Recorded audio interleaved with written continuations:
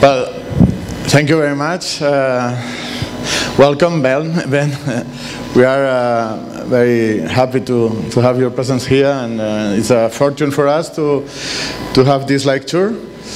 I was thinking to not directly to introduce you, but to explain a little. I was talking about this, a little history that perhaps to introduce Ben, it's perhaps an anecdote, no? But for us, I think it's interesting and also very important. When we were young girls, in fact, 12 or 15 years ago, we did, it was the beginning, the proto-history of the IaaC. And we did this book, Barcelona Metapolis. Practically, it's difficult to find this book because it's out of sale now.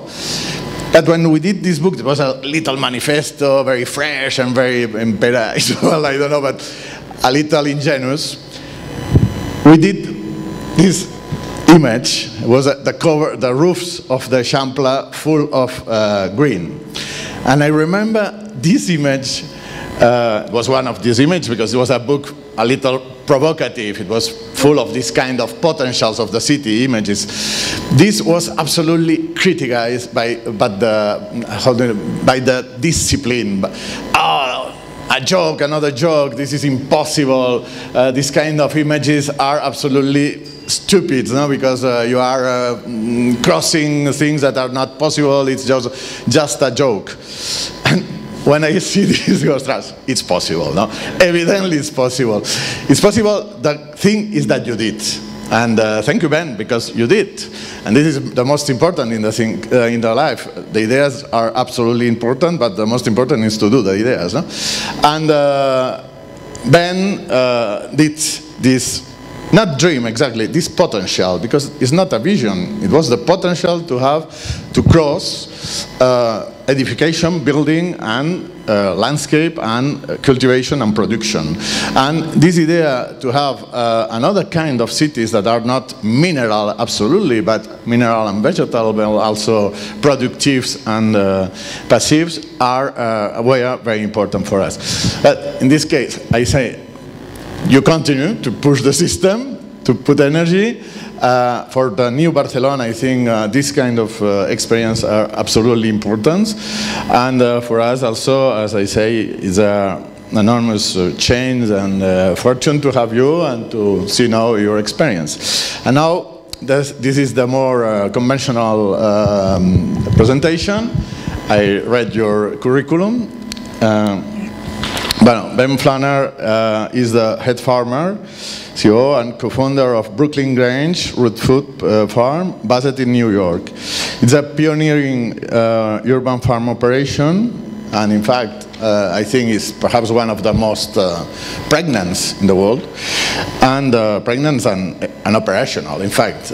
And the business produces vegetables, herbs, and honey on 2.5 acres of intensive green roofs and cells.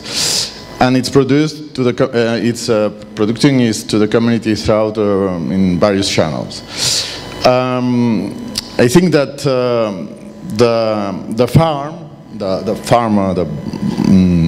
Brooklyn Grange farm offers organic farm training programs and engages with numerous universities and colleges. I think that this is the most interesting of this experience. That is a very, how to explain, productive and operational, and also why not business and business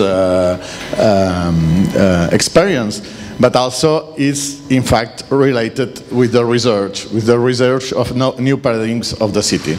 And in this case, I think the link is very clear with our institute, this idea to have a research and to have your presence and to link the speculate on theoretical research with very operational and very pragmatic ideas and operations. Thank you, Ben, to be with us. And, well, I give you the floor, and thank you for your presence. Thank you.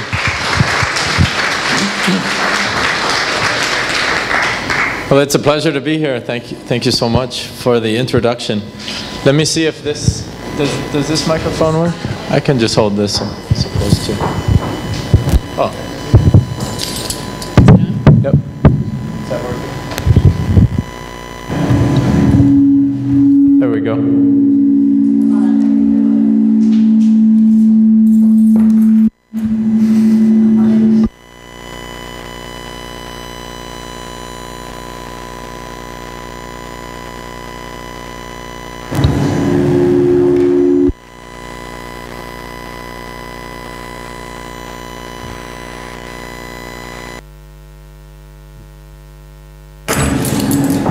Hello? Maybe just turn it down.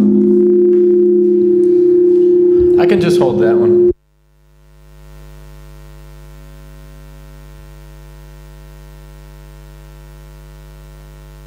I'll just speak loud for them short term. Let's try it, sorry. Hello? That sounds better. And then we just have to turn this one off. There we go. All right. Sorry for the rocky start. So,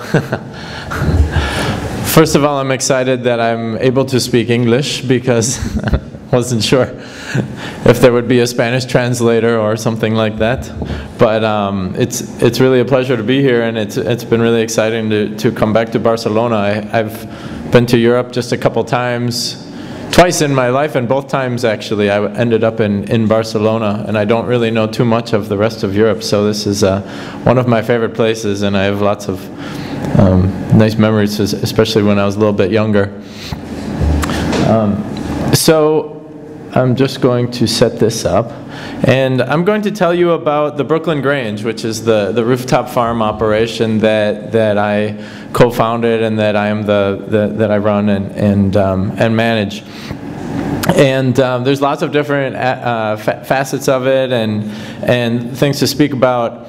And I'm going to try to think a little bit about the audience that's here too, because this is an exciting place, and it was really fun to see the tour and see all the energy and people that had their heads down working in the lab back there, working hard on things and thinking about interesting things with architecture and how we can merge cities, and then also sort of work on changing cities to make them more sustainable, but also, as we were just discussing, take lessons from out of the city too, because it's important that we learn as we've moved so quickly with developing cities, and as percentages of populations continue to enter into them and to grow.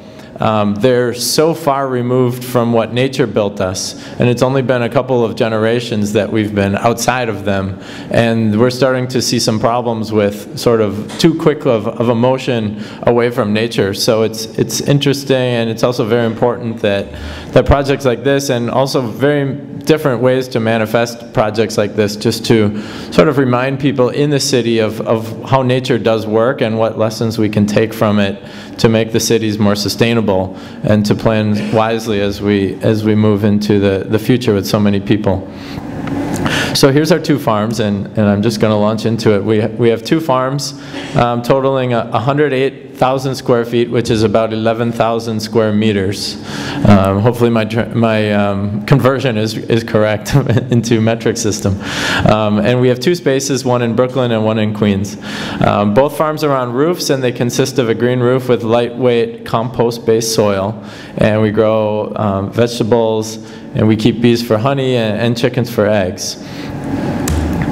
The first farm that we started is in Long Island City in Queens, and we installed it in May in 2010. So we just finished our 4th season. It is 1 acre, which is, I think, mostly an American measurement, which is 43,000 square feet. And I think you can basically convert to square meters. So for any time that I say square feet, you can basically just chop off a 0 and assume that that's basically the same as square meters. It's on the 6th story, as you can can see. It was an industrial building that had been built, I believe, in 1921. So it's about 90 years old. And it was used to manufacture flooring parts for about 20 years, and then car and automotive parts for maybe 40 or 50 years. And the whole thing was used industrially, and as is a pattern in the United States, eventually things, particularly in the 90s and in the last 10, 20 years, it became pretty expensive to perform manufacturing in the city. So lots of these jobs moved into the southern part of the United States and also into Mexico and probably Canada as well. And so the building was empty for many years, and then probably about 10 years ago, a new landlord bought it and started to convert it. So in those 6 stories, which you see in there, there's lots of different industries. There's a dance studio, there's a small yoga studio, there is warehousing, there's architects, there's finances. The Jim Henson Corporation, does anybody know what that is? That's the group that made the Muppets. They actually do some of their design in there, not filming because it's not enough space. So there's lots of different tenants, and it's fairly inexpensive, but it is very close to the subway, and it's sort of like one of those spaces that people started moving to out of Manhattan because rent is maybe 1/3 of the price on a per square foot basis, as there was these buildings that were popping up that were nice enough, you know, definitely not luxury or probably comparing with Manhattan, but very much like what you see in this building, where it's like it's close to the city, and it's a reused old industrial building that's been repurposed. And then the second farm, which we started just last year in 2012, is actually on a very similar type of a structure of a building. However, it's in the Brooklyn Navy Yard, which is sort of a cordoned off area that's owned or run by the city of New York. And it used to be a Navy Yard. So it's like a big campus area, and they used to literally build boats and ships for World War II.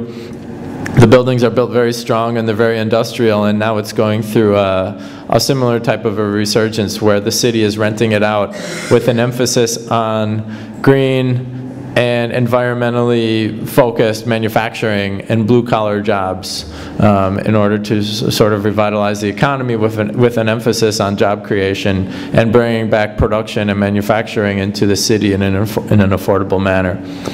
So that building, we have 1.5 acres, which is 65,000 square feet, or about 6,500 square meters.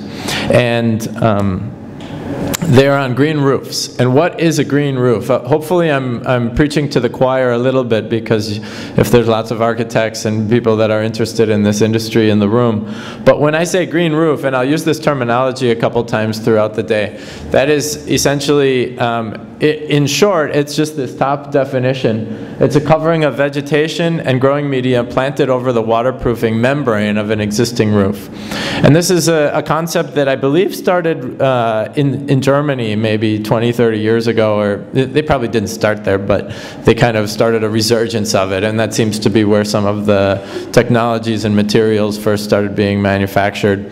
And it has many benefits, but the core benefits are these 4 or 5 that are below it, which primarily is stormwater capture, especially in our environment in the Northeast where we get a lot of rain.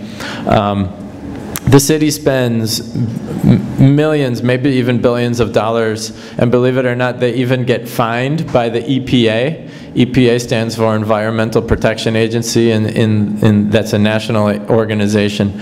And when New York City was built with a combined sewer system, so basically when we get a really heavy rainstorm, it goes down into the sewers immediately, because nobody really had the foresight when they were planning the New York City system that the whole thing would end up being one big mass of concrete and asphalt and impermeable roof surfaces. So when we get heavy rainstorms and we get really heavy quick rainstorms where we can get maybe 3, 4, 5 centimeters in a very short amount of time. It all just goes straight into the system, and it mixes with our sewage.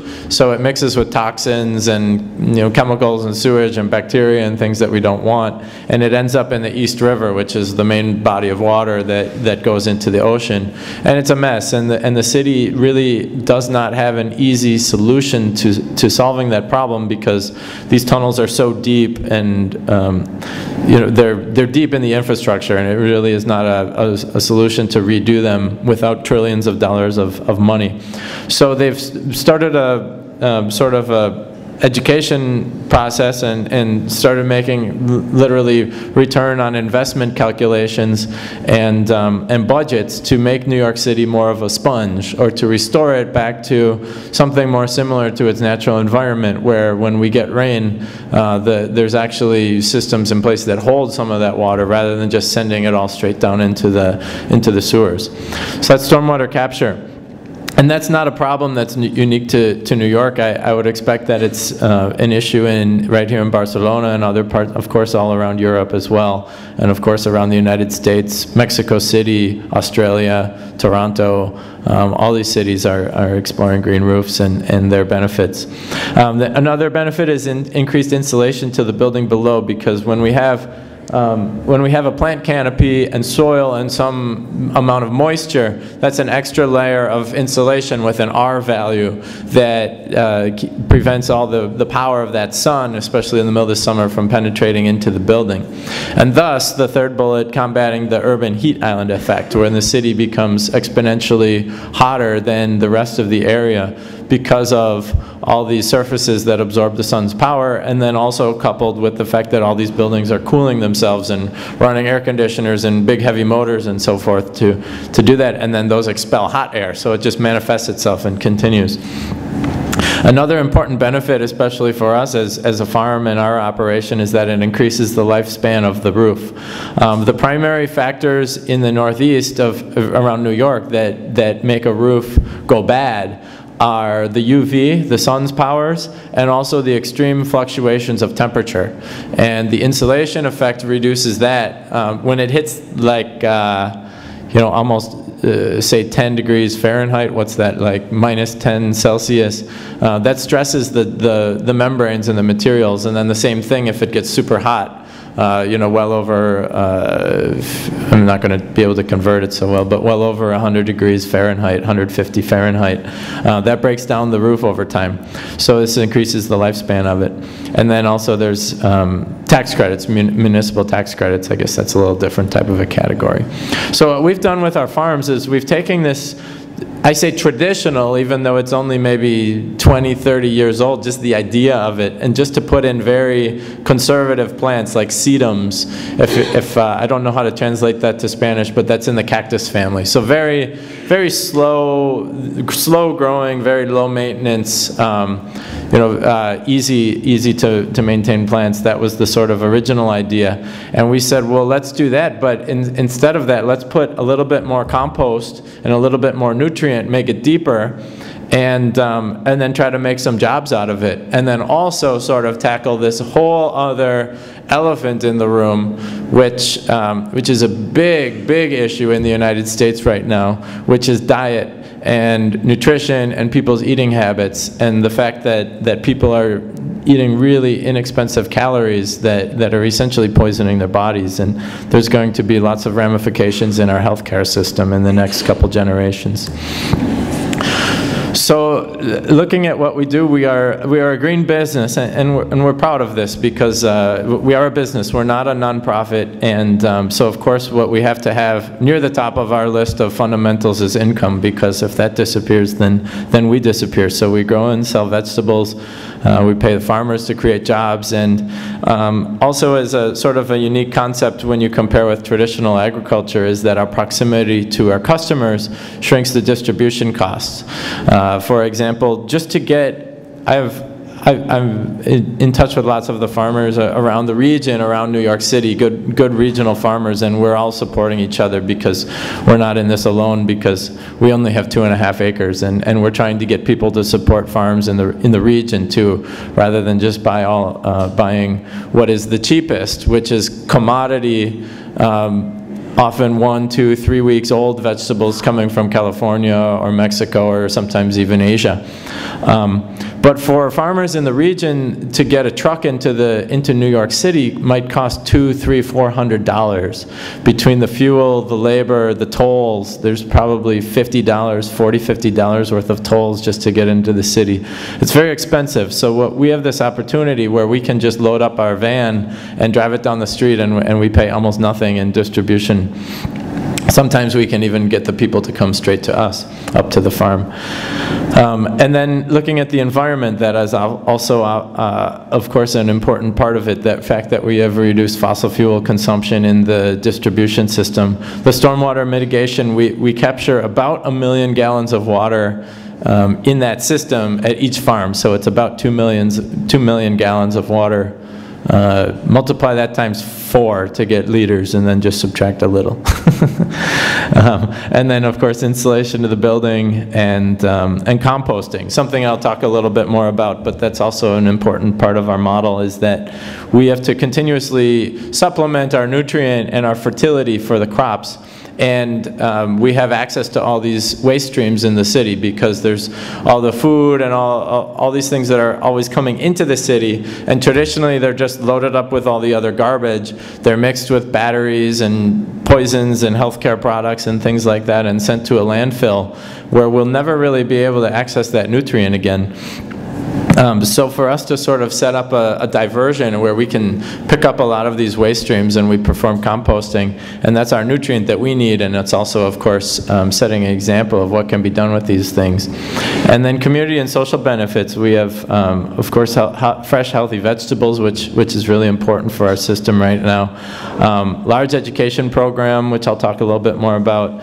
And also we've set up a green space, and to be honest, when we started the farm, I didn't really think of it like this, but we set up basically 2.5 acres of park space.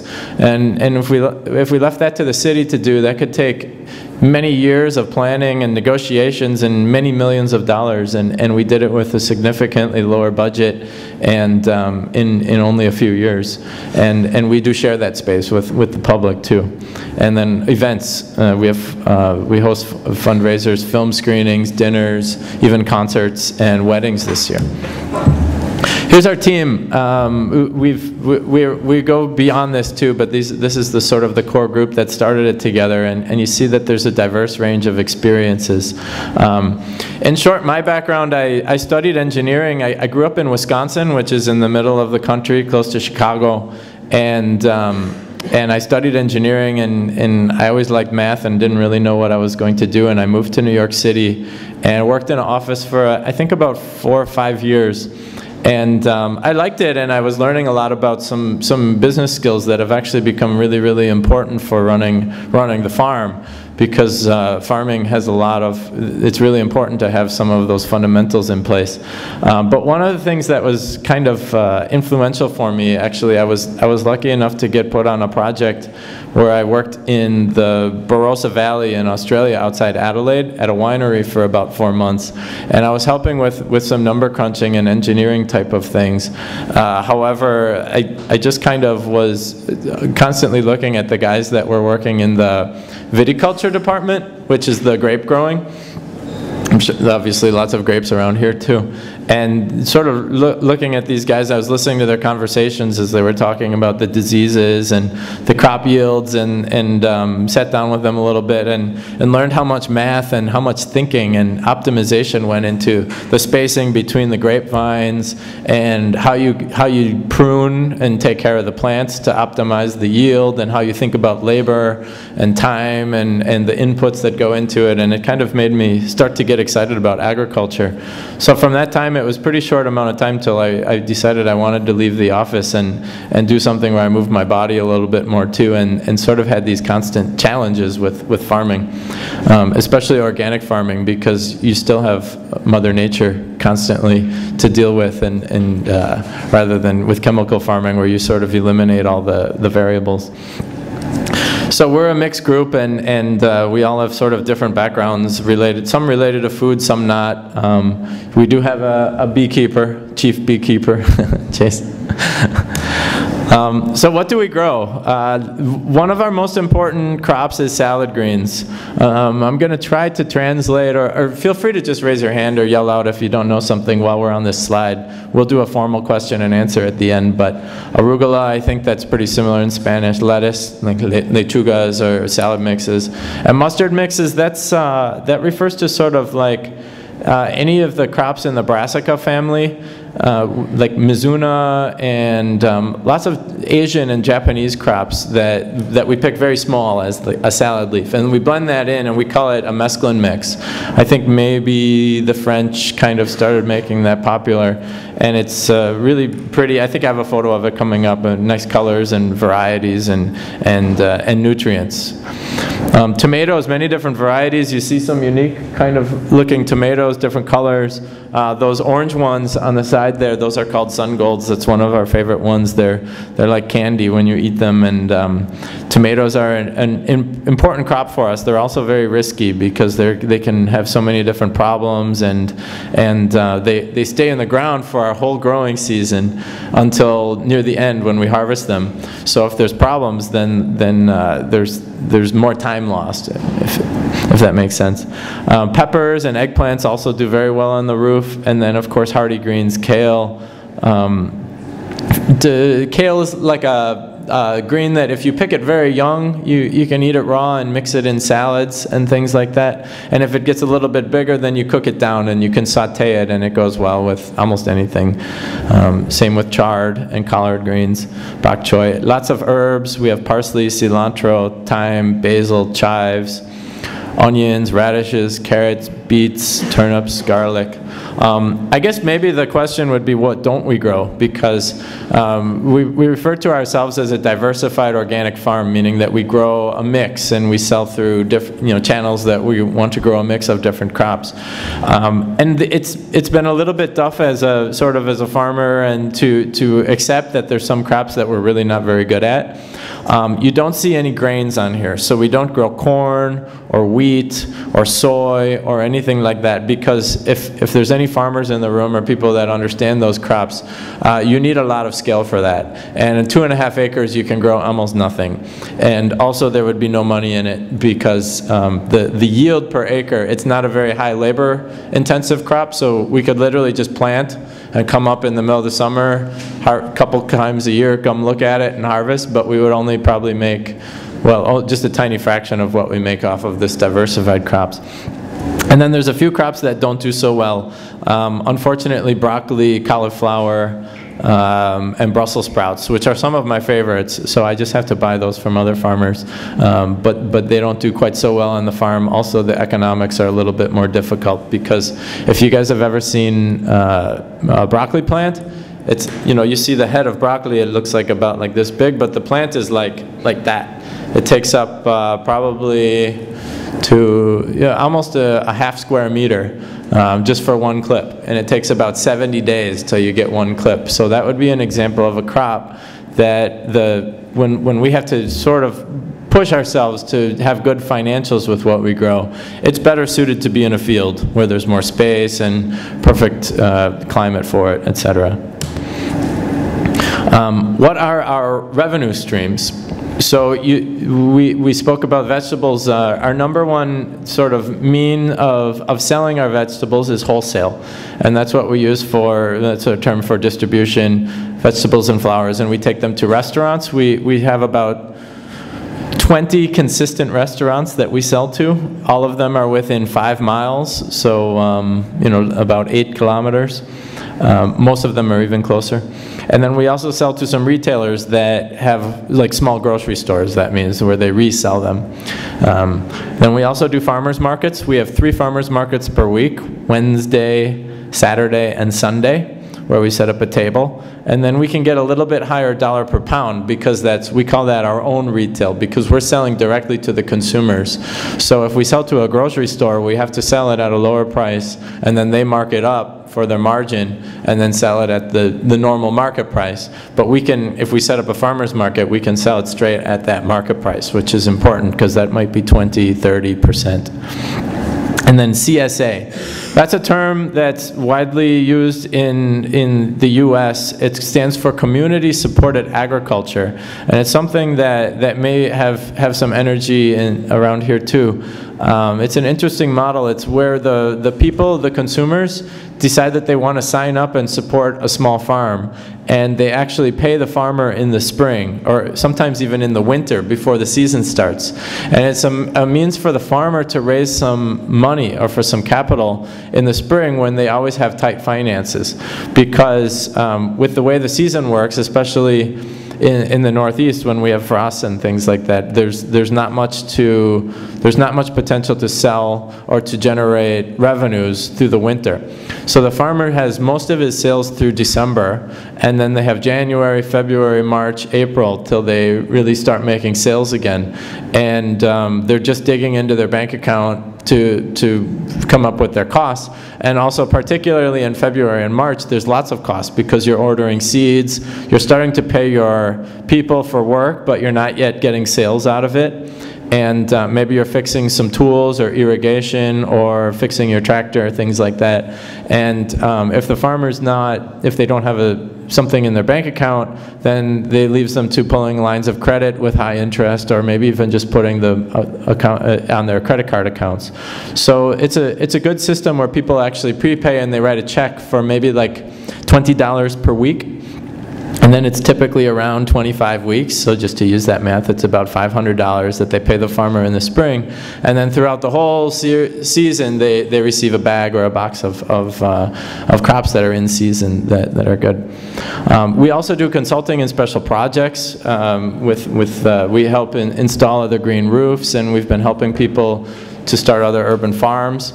And then we also have honey from our apiary, and we also make sauces. I make a hot sauce every year that we bottle, and that's a way to increase the value of the peppers. And then we also have tours and events, which I mentioned earlier, dinners, film screenings, photo shoots, etc. Education's also an important part of what we're doing with the farm. We launched a nonprofit after the end of our first year that just is solely dedicated to education. So it doesn't involve any revenue generating or any work on the farm, but we essentially share the farm with a person at each farm that brings up thousands of children. You see, we had over 8,000 children since 2010. And this is really an important part. Maybe even at the end of the day, in a couple of years, when we look back at it, maybe we'll even say this is one of the most important parts of what we're doing, because as I mentioned before, that New York City has a lot of problems with diet and nutrient, and the subsidies that are going into the middle of the country right now are in the billions, maybe even trillions of dollars to support industrial corn and soy, and they get processed and converted into shelf-stable products, but there's no nutrient in them, like sodas and chips and crackers and things like that. And the price of a calorie is at an all-time low in the United States. People can purchase calories and feed them, including meats, because those subsidies go also into feed for cows and pigs and chickens. So the meats have become incredibly cheap too, inexpensive. So people can feed themselves and stay alive with calories for an unusually low amount of money. But they also become accustomed to this, where people are not satisfied unless they have greasy and sugary meals. And there's no nutrient in there. And we're just starting to see the ramifications and the effects of that, where with diseases such as diabetes, I'm not a doctor, so I'm not going to go into it all, but we're starting to see lots of impact on our healthcare system, and it really does have to change. And the lobbyists that control the food system and the subsidies, they have a lot of power, and that's not going to change quickly. Plus, it really can't change immediately because this is supporting our rural economies, and if the the cord was pulled out on it, the economies would have lots of big problems. So we're doing our small part to expose children to nature and to what it's like to grow food, and you really be surprised when a little kid comes up and they grew up in the middle of the Bronx and there's not any green space within as far as they can see, and there's no parks, or the parks are far away, but there's definitely no agriculture. To pull a carrot out of the ground and then eat it right away and feel how sweet it is, and to taste how tasty it is, especially when it's fresh. Learn about different things, eat some fresh tomatoes. I think it has lots of ramifications on influencing people's educations and diets and exposure to nature, which is something, if you think about it, that has been a part of all of our lives for so many generations. If you look at the gambit of our lifespans, generation after generation, where lots of us were farming and involved in agriculture and at least knew how to grow food. And then just like maybe for 2 or 3 generations, just right now at the other end of the tip, all of a sudden with this mass motion towards cities, where nature has been voided out of our lives. And we know that cities are important and good for us, but what we have to do is obviously manage that and make sure that we're not losing some of the critical elements that come with them. We also have we kind of have an open door, open arms policy, and we have any given day at the farm, you'll see dozens of people up there coming from different groups, and kind of back to what I was mentioning with almost like starting a park, we have lots of different people, and we've partnered with a refugee asylum or a refugee program where people come to the country illegally after having to flee, often for sexual or political reasons, often in Africa, Asia, South America. I'm sure similar issues where people come to Spain for a refuge as well. And there's a woman just down the street from one of our farms that runs this very small program. She doesn't deal with lots of people, like just a couple dozen per year. And we've set up a very successful program where we basically have open arms to the refugee people.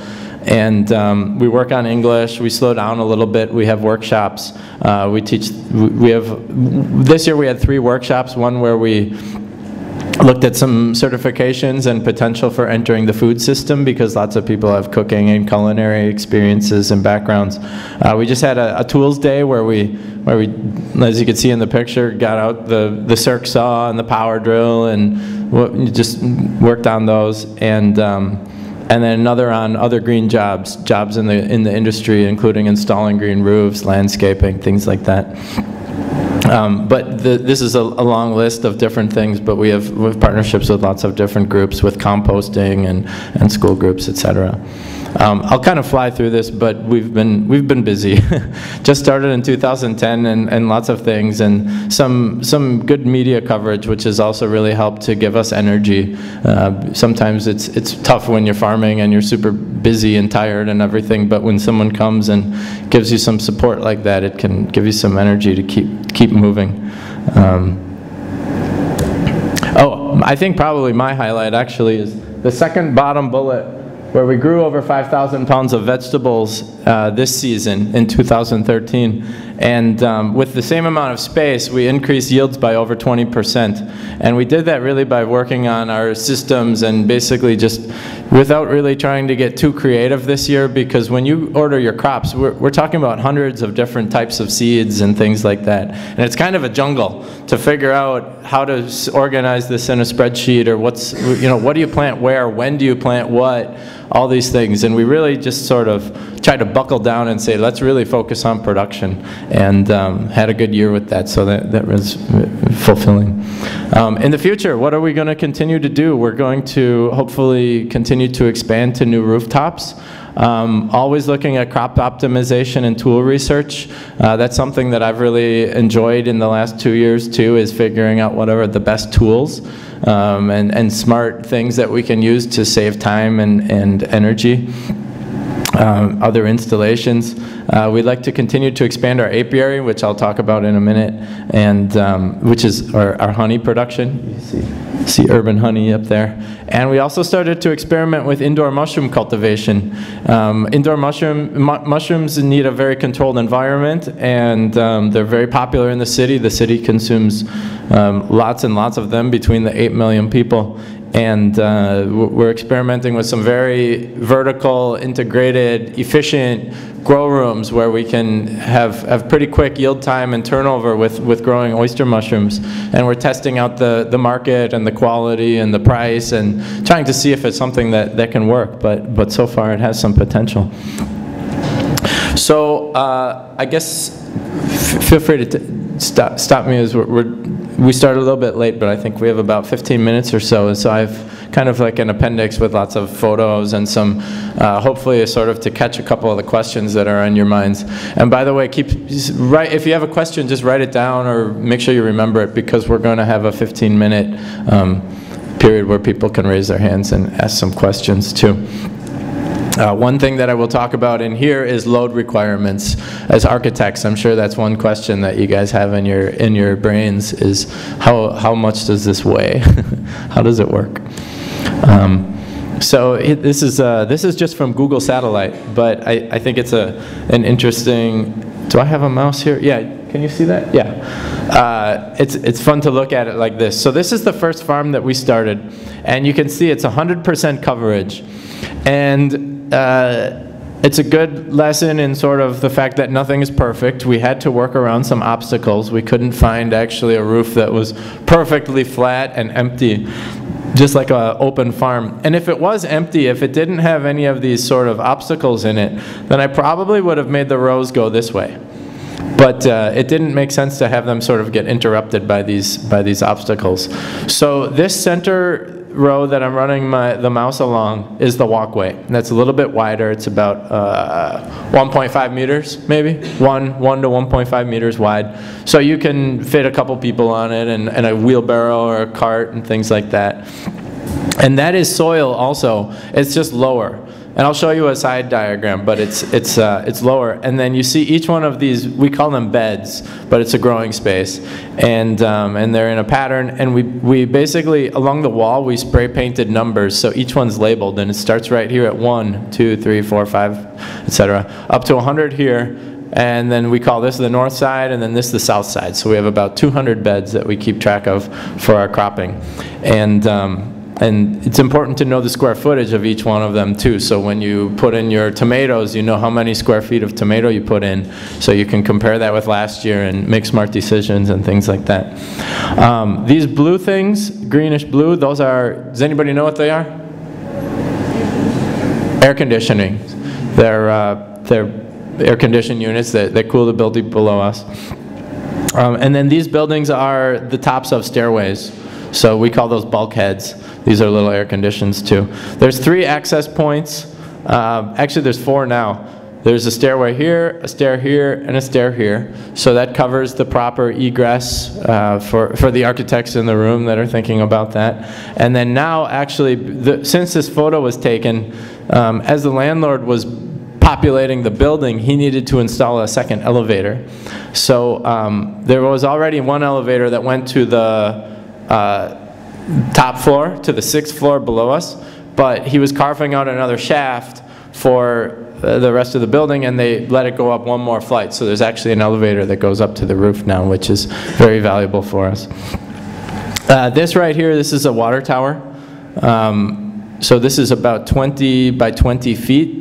And big square, and there's a big, and that's about, probably rises about 50, 60, maybe, probably 50 feet high. Big, huge water tower. So we created a little bit of a shelter space below that because we had this infrastructure in place. And we use that for our washing and rinsing station, and that's where we keep our scale. And we built a small refrigeration unit, like right here, underneath it, where we can refrigerate everything, and it's protected from the sun. And then right here, this was some infrastructure. They were basically big I-beams, super heavy, thousands of pounds of weight, that they were probably going to put an air conditioning unit on, but they never did sorry, again right here. So we ended, and we couldn't really farm around it because it was obtrusive. So we built a table on that. And that's where we have our workshops and our sunset dinners and so forth. And to look this way, out to the left here, this is west towards Manhattan, so there's a real nice view of the skyline. So that's the first farm. And we installed the green roof with a crane. Each one of these bags was 2 cubic yards, so I guess that's a little less than 2 cubic meters. And lift them one at a time. It took 6 days. And that's one of the, I think that's about the most common way to install a green roof, but I'll show you another way as well. And then we use these buggies to move the soil across the farm. So looking back on it, the crane, the most strategic place to put the crane was right here where my mouse is in the corner here. And the arm of the crane only reached probably this far across the roof. But we had to get soil all the way to here. So we lifted each bag and dropped it right here. But you can't drop more than maybe five bags at a time because it'll get too heavy, because it'll be a big pile. So we had to set up an efficient system where we were moving these mechanical buggies to, you see there's a bag in the background, and that's oops, sorry. So that's basically buggying the soil all the way down, and we started in the corner, and then we started filling it all up and just moving our way back towards the crane. This is a look at the green roof system. The system that we used at this farm was manufactured by OptiGreen, which is a company in Germany. And starting here at the bottom, this would be the existing roof surface, so it's important that this is a waterproof membrane that functions. And then above it is a root barrier, and it's basically a layer of plastic that's like a little bit thicker than a garbage bag, and it stops the roots from coming through. So you can't, over time, especially when you grow perennials that don't die in the winter, those roots can really, they want to get in there. They'll go everywhere and anywhere that they can. So it's important that you have some sort of a thing that will stop the roots so it doesn't get into the roof. And then above that is a protection mat, and this also holds quite a bit of water. It's almost like a 1/8 of an inch sponge too. And then this is the drainage mat, and that holds quite a bit of water. It's almost like an egg carton, like what you put eggs in, these little cups, and each one of them holds water, but it also allows water to pass through it. And then you see, it's a little bit difficult to tell, but like where my mouse is right now and these bumps, those are elevated that have space below them, so that allows for water to flow horizontally. So when we get a really heavy rainstorm, which we do, and also if we get a really heavy snowfall that melts quickly, we have a lot of water up on the roof. And although we want to hold as much as we can, it's not safe to hold too much. So it's important that there's proper horizontal drainage in place so the water can find its way to the drains. And just like any other roof that you'll find, it's naturally pitched. When it was made, it was made with a very slight slope. So then the water can drain at that slope, find the drains, and then go down. And of course, we want to hold as much as we can. Then there's another layer of fabric to keep this all separate, and then the soil up on top. And then here's the second farm. This is another Google satellite photo. This is the one that we started last year. And you can see the variety of different things that are growing in different parts. And this was installed with a blower truck. Pardon, 1 second. So for this, there was a big hopper, like a big garbage, almost like a garbage bin, about 30 cubic yards, and it's hooked up to a machine that blows it up this tube. And it's used for building manufacturing and construction for blowing concrete, or for pushing concrete, and also in landscaping for blowing wood chips and dry soil. So that's sort of the other alternative. Using this method goes a little bit slower than the crane. However, it's a little bit less stressful, and per day it's less expensive also because the crane can start to add up. You want to go as quickly as possible when you're using the crane. And then also, it's good for the study, we also used a slightly different system. So if you recall the other system, really the main difference in this is that we had the plastic, and I called it the drainage mat, like the egg carton, those plastic pieces that had a little bit of cup texture. Instead, we just used 2 inches of porous stones. And by porous, I mean that it has lots of little air holes in them, etc. So that can actually hold quite a bit of water. So there's a 2-inch layer that's separated by the fabrics. So there's no dirt in it. It's just stone, and it has lots of pores. So it's very light. So it doesn't weigh a lot especially when it's dry. And it also can hold some water in it. But also, when it gets really wet, it has that same effect where it can allow water to flow and to drain out, like when Hurricane Sandy comes through and situations like that. And then the soil on top. This is a good cross shot of, I was sort of explaining how the walkways and the beds work. So from a farming and engineering perspective, of course, we walk in the walkways right here, and this is sort of a low point, and you want to minimize that space because you want to maximize the growing space. And you can actually do some math on it and figure out the percentage. And if you're a really smart farmer, you look at that math and you say, what's my percentage of growing to total area, and how can I increase that, or how can I make it so it's as high as possible? So these beds are basically just wide enough for a person to walk, and really not even wide enough for two people. If two people are walking past each other, they kind of have to go like that and almost step into the bed. But that's worth it, right? Because how often does that happen? And we'd rather have plants growing in it. You know. But we also have some walkways where, actually I could show you. Right here, this is a main walkway that's a little bit wider, and right here, of course. And then also in the middle, there's an open space. So of course, there's plenty of room for people. And we mound it up. So on average, then this is where we'll talk about the structural requirements. We weigh about 50 pounds per square foot of soil, and that's an average number. So it's actually a little bit higher right here, but it's a little bit lower here. But with this system, the structural engineers have confirmed that you can take the average. As long as the peaks and the valleys are close to each other and not super extreme, you know, you just look at the average of what it weighs across the scope of the roof. And then the number 2 and number 3 are going to be more specific for municipalities. Because this is New York City code. But New York City requires an additional, so when the structural engineer says how strong is this roof, he says, okay, so you're adding 50 pounds per square foot of soil, and that's a wet weight. You always look at the saturated weight. Don't even talk about dry, because of course it will get saturated. So you need that weight. And so he says, okay, we're adding that much, but then we also need a safety amount for live load for people. And then also for snow load, because in the winter it can be pretty saturated. The soil can be pretty wet, and it can even have ice in it.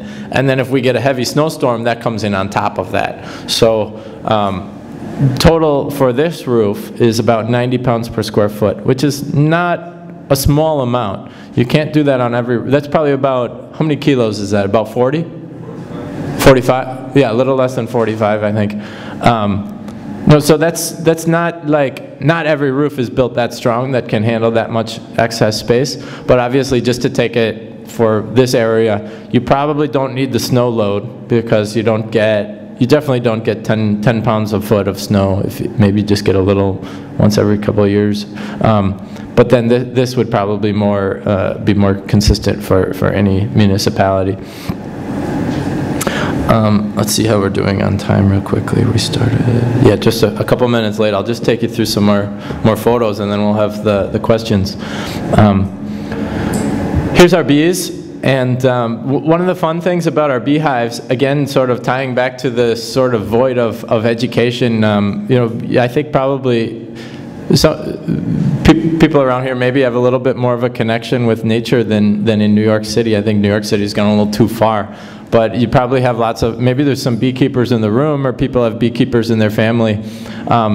And that's something that is, you know, been changing, you know, because not as many people keep bees in the city. And we announced that we would have a training program, and we just posted it on Facebook and maybe in an email or something like that. And we had over 300 applicants for 12 positions to go through a season with us every other Sunday and learn how to keep bees and learn about how the system works and how you harvest and how you take care of them, etc.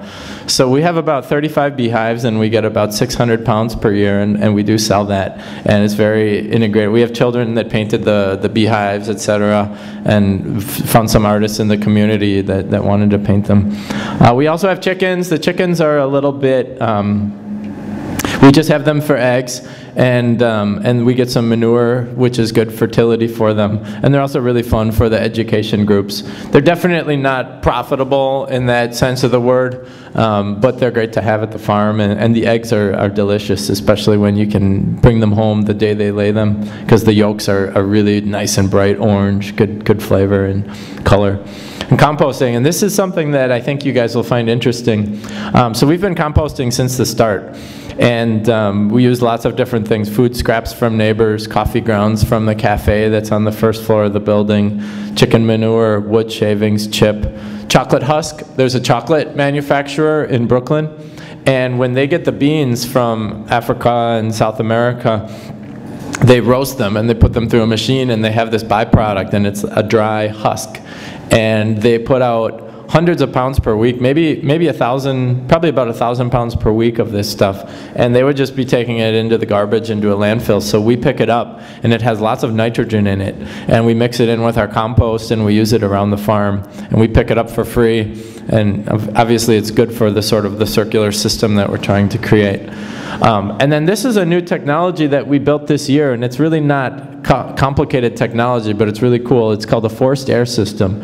So for anyone that knows about compost, it's dependent on aerobic bacteria and microorganisms. So the bacteria and the organisms in it, they need oxygen and air to thrive and to do their job of decomposing the product. And when the ones that are in the middle, they don't get it. So you have to turn and flip the compost regularly on a good schedule. And that can be very time consuming and labor intensive, especially in the middle of the summer when we're super busy trying to pick our tomatoes and sell them. So we set up this forced air system. And this is it taken apart. But imagine if all these pieces fit together real tightly. And there's a solar panel down at the south end facing the sun. And there's a little converter box here now. And then it's hooked up to a timer, and every 30 minutes it just blows a burst of air, just normal air. It's not concentrated oxygen or carbon dioxide or anything like that. And then there's a series of PVC in these boxes, and the PVC has a bunch of holes drilled into it. So when it blows out under pressure, it's just putting the air up into the box, and that aerates the compost, and it makes it move quicker, and it also keeps us on a much better schedule and saves our time. And it's allowed us to produce many more yards, thousands more pounds of compost every season, which is invaluable for the farm because we need that nutrient for our vegetables. And it also allows us to take more scraps from people that have it for us. This is a new seeder. I won't go into details on it. And we love rigging contraptions. This is an old washing machine, which we use for drying greens, not for washing them. We wash them in a sink, but then you have to take the moisture out of them quickly because the moisture leads to decomposition, which makes them go bad, especially in the middle of the summer when it's very hot outside. So this is a big spinner. And we can get an old washing machine for about $100 that works. And if you go to a restaurant supply and you get a big spinner that big, it's probably about $600. So we just took it apart, and this dial, we just turn it on spin, pull it out, and it circles around for about 20 seconds, and then the greens dry out, and then we can pull them out and put them in our cases. Irrigation, we have very simple, we use drip irrigation, which is the most efficient in terms of evaporation and timing. We have it hooked on a timer, this thing, so it goes in the middle of the night when there's also less evaporation to keep everything moist. And there's 2 tapes that go down each bed. There's some tomatoes back here that are young. We also have a greenhouse at each farm for some season extension and for starting all of our plants. You see in here there's probably about 3,000 tomatoes and peppers. This is probably taken in May or April, just before we start taking them outside. But in the Northeast it's too cold, so we can't take tomatoes outside until May because they'll freeze and die. And we just built this greenhouse up at the new farm this spring, so this will be our first full season with it. Just some beauty shots of our farm stand. You can see this is kale and rainbow chard, some baby carrots, radishes. This is our salad mixes, a couple bouquets of flowers.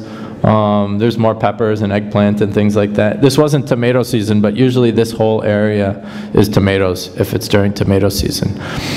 You see this is the hot sauce that I mentioned, and some honey. There's me selling at a different stand. Here's a look. This isn't our entire mix, but this is our wholesale. And it's, I think the quick takeaway from it is how important these 3 crops are. Really like all these 5, the top ones. But salad mix, salad greens, like I was explaining to you guys. One of the things about the salad mixes is that they have a 30-day lead time. Meaning when we put the seed in, if we put the seed in on June 1st, by June, really even less, by like June 27th, we're harvesting it. And and then we maybe get one more clip in July, and then we can pull it out, add more compost, and replant. And if you look at that as a converse with like tomatoes we start in the greenhouse in March and April. We put them outside in May. We nurse them, we trim them, we take care of them in July and June and July, and then we start harvesting in August. So it's like 120 days versus just 30 days. So the salad greens are really important for us, especially when we're always trying to maximize the amount we can grow per unit of space like we have to do. There's another beauty shot. And we just started branding a little bit. This is at a grocery store with a pack of mixed greens.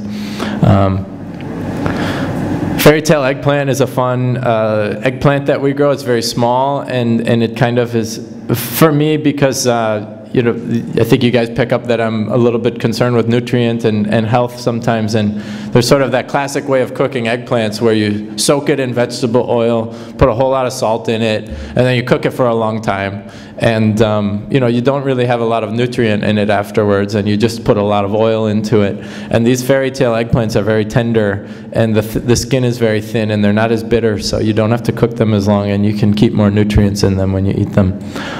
More tomatoes, different colors, and the sauce, the honey, and there's one more picture of it, and that's it. And then now I think we have hopefully a little bit of time for a couple questions if you have some. Thanks.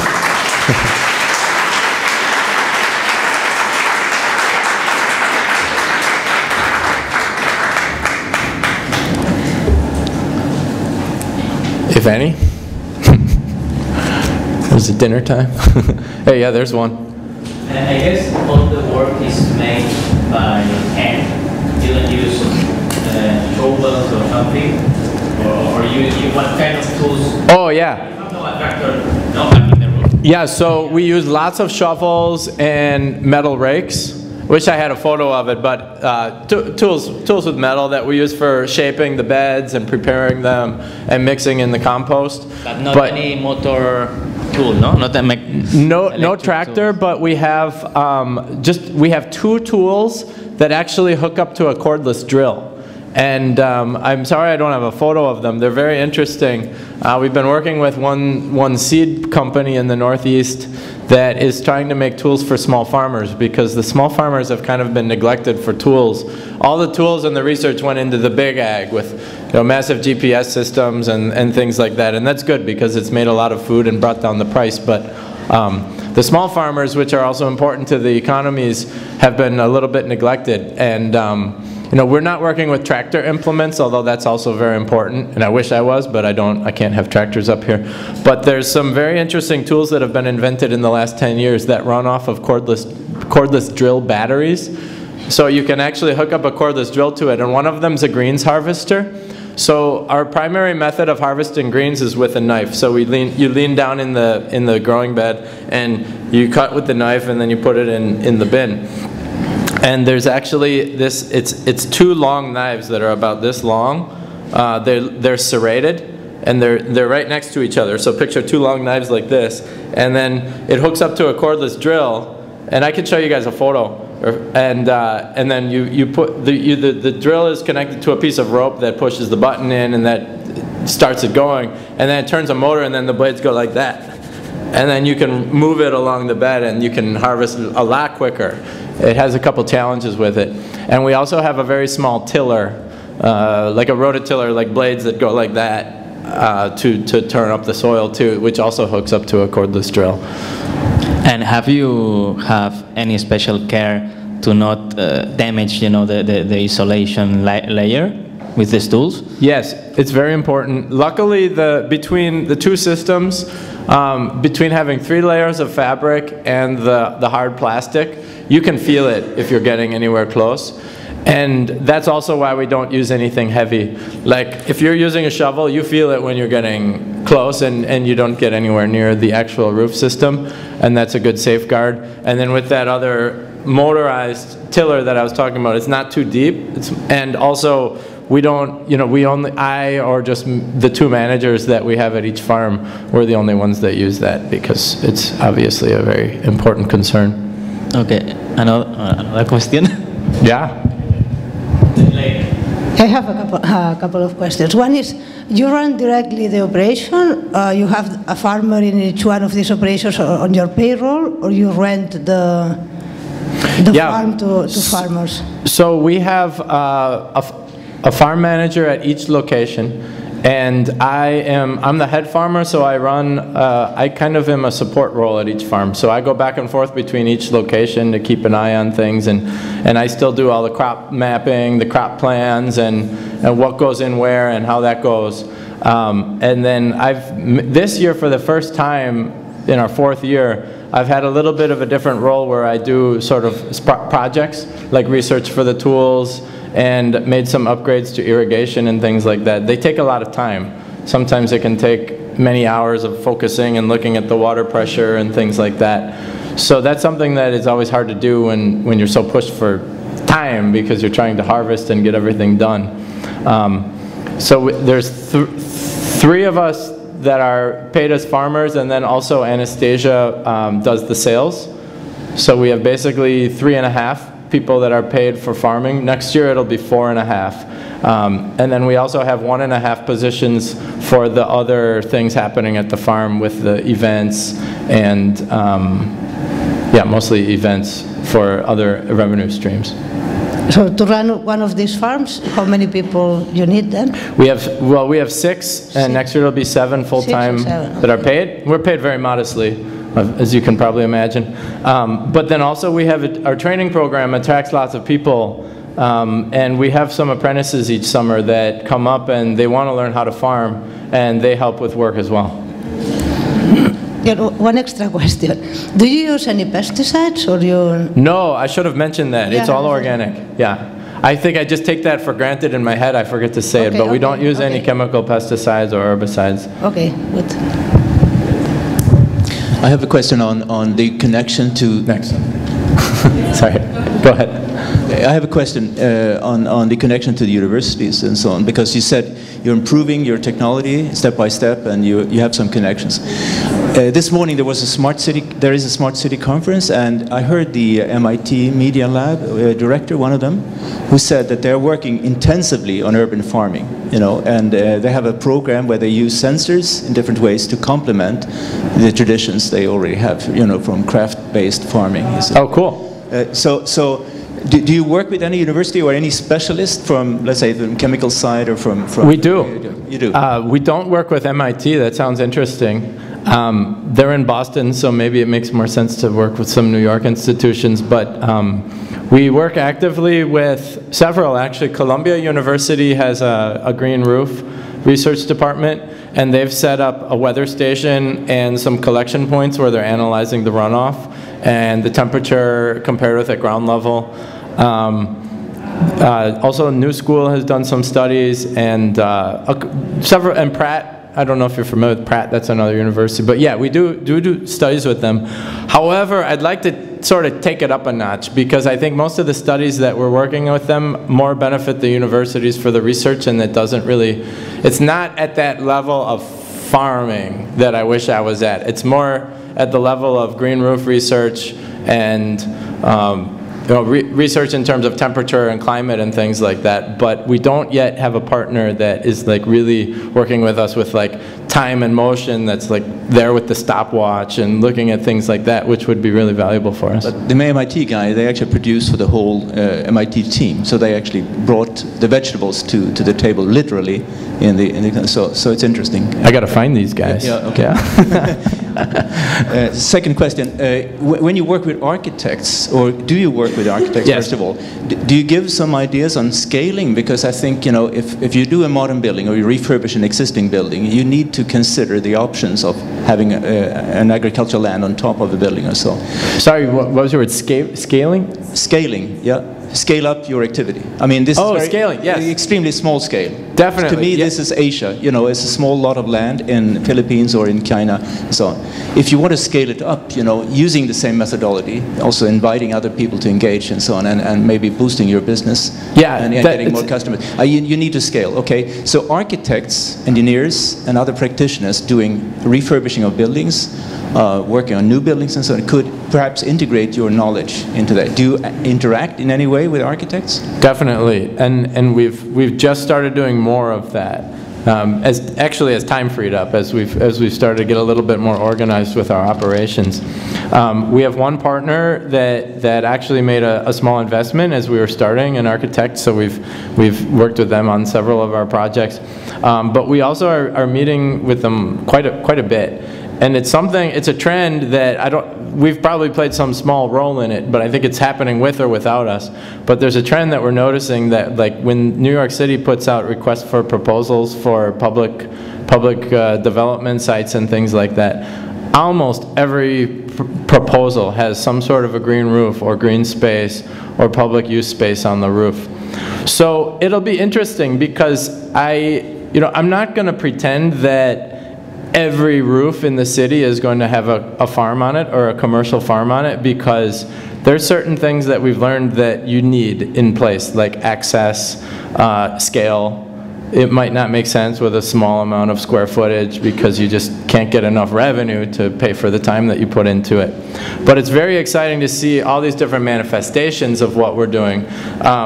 One of the most exciting things to me is when there's residential buildings that have drawings of small farm plots, like the size of this table, but maybe 40 of them or 50 of them, which could be rented out by the people that are in the building, or maybe just used for free or something like that.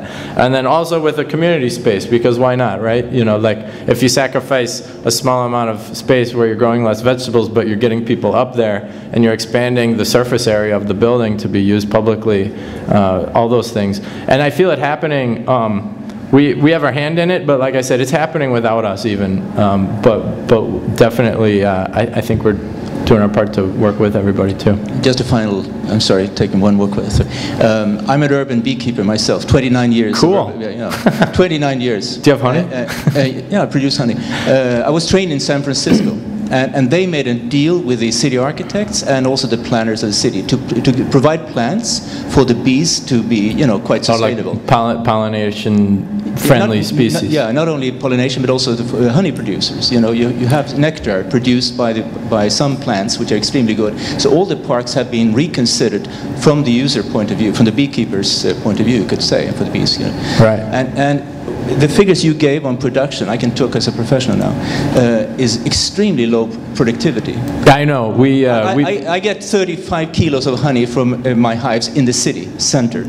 And I can get up to 100 kilos. I had 100 kilos in one hive one day.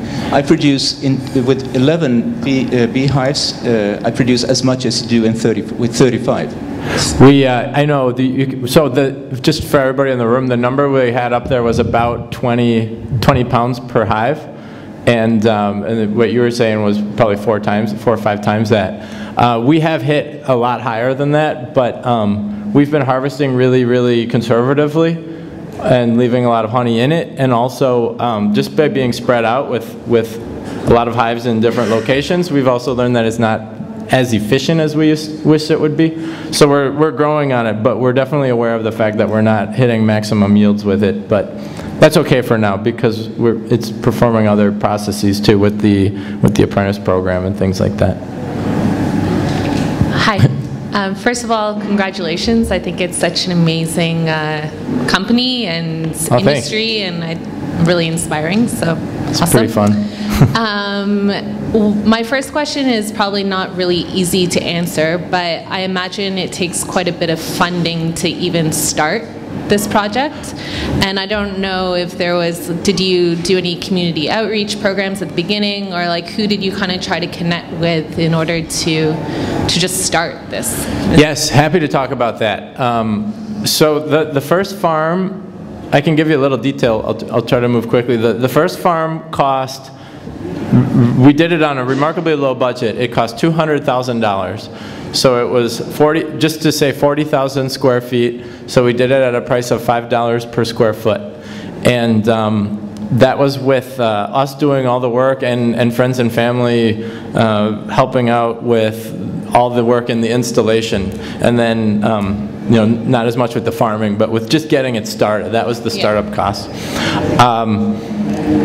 How do we raise that money? We did it very creatively and actually had a little bit of a journey to do it, because we started out by, we had some numbers on what the revenues could be per square foot, but we also, we'd hit them in a small prototype in 2009, but we hadn't yet scaled it up. So, you know, we knew about what a tomato is worth per square foot, and then multiplied it out and said, okay, so we need about this many square feet just to produce enough revenue to pay a farmer and cover the costs and so forth. And we started taking around that business case to you know, people that we got introduced to that maybe had some money or that were interested in investing in small business and things like that. And we just kept on striking out, because we quickly realized it's too much risk for someone to write a big check. Like if we were asking for, so we had a budget of about $200, and we weren't asking for that entire amount, but say we were asking for $50,000, even that was just too much. Nobody could stomach that, or nobody had quite enough you know, propensity for that risk. So we quickly lowered it, and then we actually raised the money in chunks of $5,000, which was something that was a lot more palatable for people that were interested in investing. And we just got more people on board, and that's proved really valuable, because they basically increased the size of the team too. So when you need, like that architect that I was speaking with, you know, that was the amount that they put in, so they own a percentage, you know, a percentage of the company. So so they're rooting for us, you know, they're on our team, and when we have a problem or a challenge, they're there to help too. And we've gotten a couple other professionals that have helped through time. So that was one component, but that was about half that we raised in that manner, by selling some percentage of the company. We also raised some loans, five-year loans that we're still paying off, but luckily we're current on them. And then we also used community. We had a Kickstarter campaign for $20,000, which was successful. A lot of work making the video and promoting it and emailing all your friends. It's, you know, it's hard sometimes to say, hey, donate. And our lowest tier was $10 or less. We named a bee after you. Took a photo of it. And then, you know, then there was different tiers with tote bags and t-shirts, a free credit at our farmers market and things like that. And then we also had some fundraisers. I had some connections from the restaurant industry from what bit I'd done with growing in the year prior with that, and a couple chefs threw us fundraisers and things like that, so that helped dip into the pool too. And between all those different factors, that's how we were able to come up with it. Then the second farm was a bit more expensive on a per square foot basis. It was, believe it or not, it was almost triple. It was more like a normal green roof price, which is about $15 per square foot. And that was for a number of different reasons. The main one, the fact that it was on public land, so we weren't able to do everything ourselves, because the city won't let you just do construction like that. They require you to use contractors and subcontractors, and everybody's taking a cut out of that, and union labor and things like that. But we received a grant from the Department of Environmental Protection. I should have mentioned that already. That's an acronym called the DEP, and anyone can look that up if they're interested, Department of Environmental Protection. And they have a green infrastructure grant, where they give out about $3 million a year to projects, more than one, nobody gets that much, that collect stormwater. Essentially going back to what I was talking about right at the beginning with making the city more of a sponge. Philadelphia in Pennsylvania also has a similar program. And they fund green roofs, permeable pavement, if anybody's heard of that. That's essentially where you make asphalts and pavements with holes and things that can actually hold water instead of just having it all run off. Bioswales, tree pits, all that stuff. And so we were fortunate enough to get a grant by them that covered 75% of it, and then we had to raise some more money to sort of plug the hole. So, oh. Yes, we have a 10-year lease on this roof, and we have a 20-year lease on the other one, and it's a on the 24/7 access just to the roof. We can have access to the roof. We pay a lot more than a normal farmer would on a per square foot or per acre basis, but it's also a fairly good price for New York City, so it's kind of in the middle. Did you have to add any extra drainage to the buildings? No, both. And almost all green roofs, you'll find this. If the roof is performing when you find it, with the waterproof membrane and a proper slope and the drains work, then as long as you install the green roof properly and leave the drains unobstructed, then the drainage will work itself out.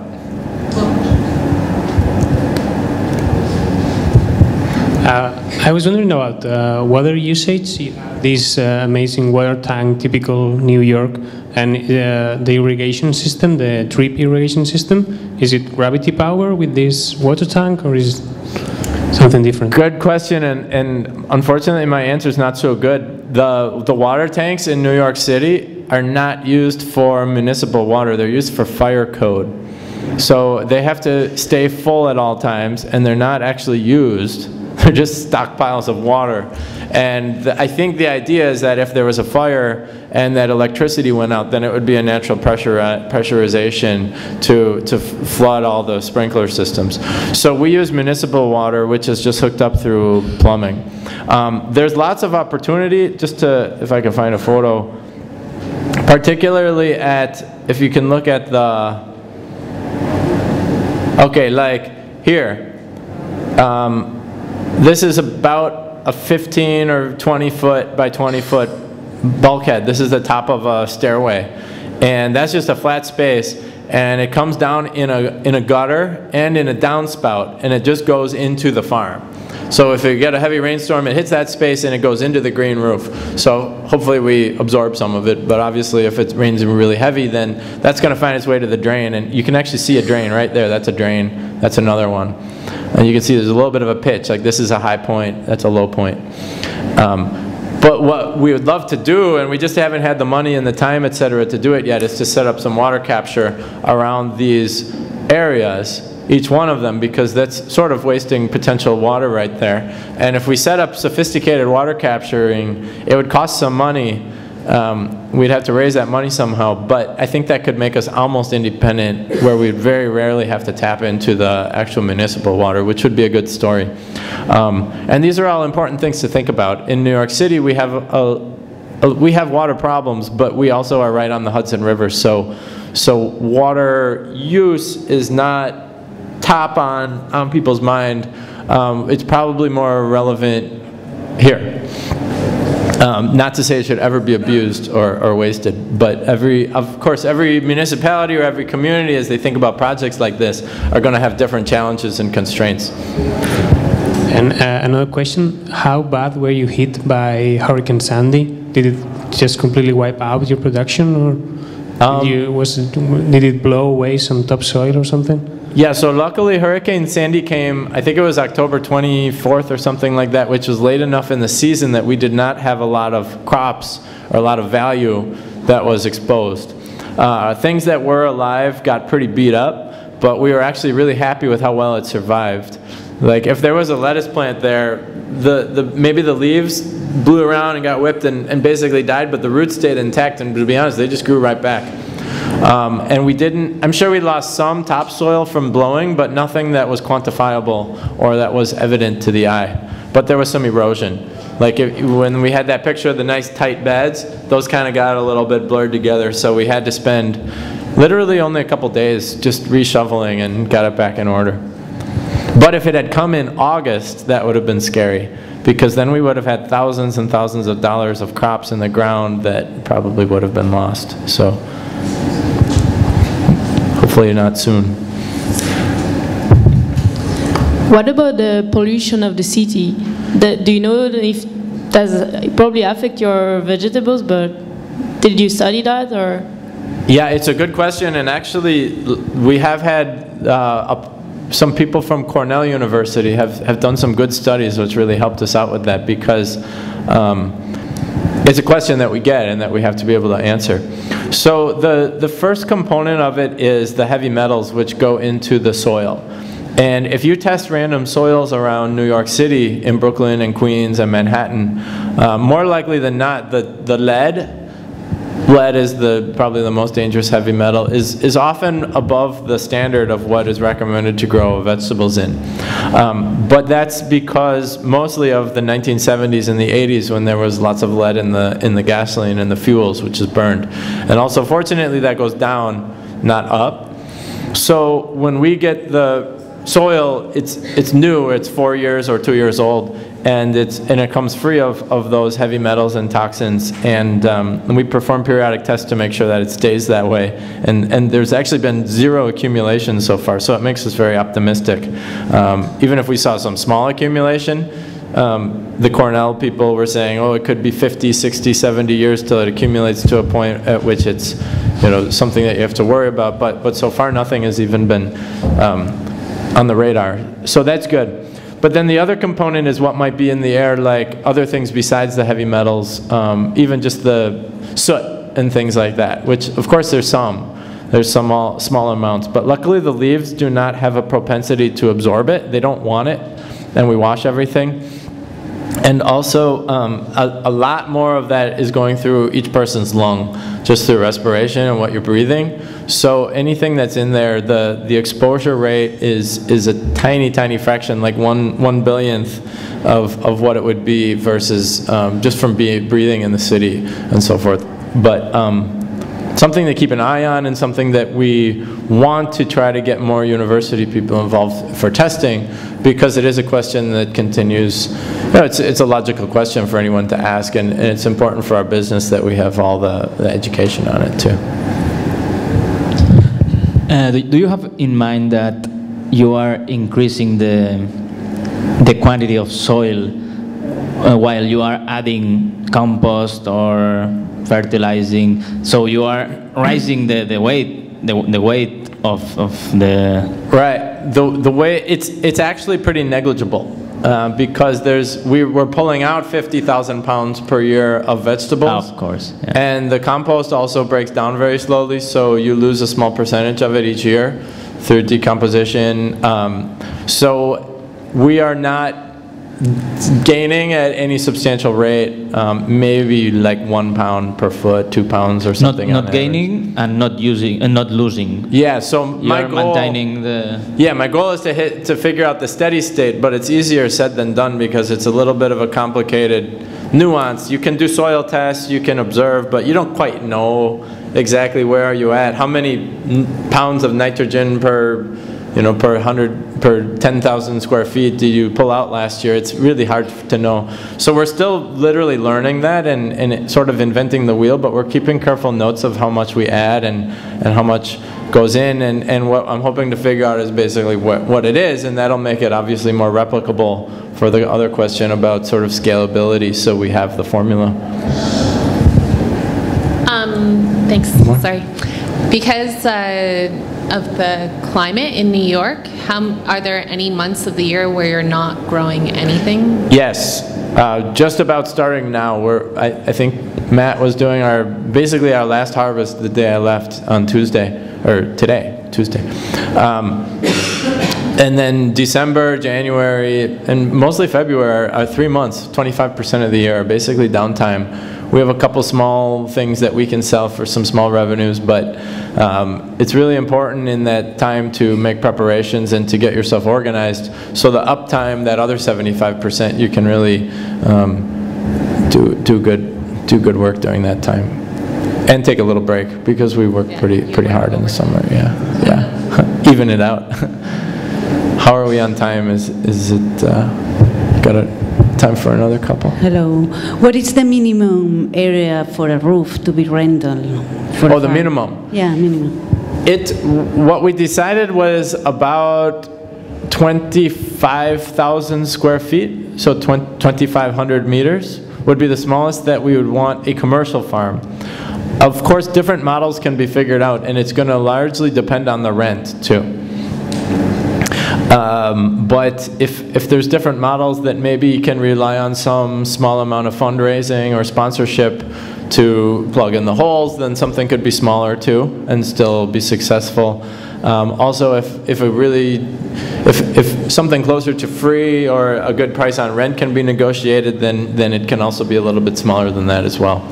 But that is a concern, you know, well, not a concern, but a reality. If people are talking about having vegetables on every roof, to find that we do need that scale. Do you produce your own seeds? Sorry? Do you produce your own seeds? We save some of our seeds. We save peppers, tomatoes, some specialty things, some flowers, but we buy most of them. It just works out a little bit better that way for quality. But what we like to save is special things that we have control over, that we're really excited about, so we can sort of develop those. So we are really delighted of so many questions and public so curious, but maybe we might leave it here. Anyway, now we are going to have some beer outside, so you can have some more informal chat with Ben, who will be available.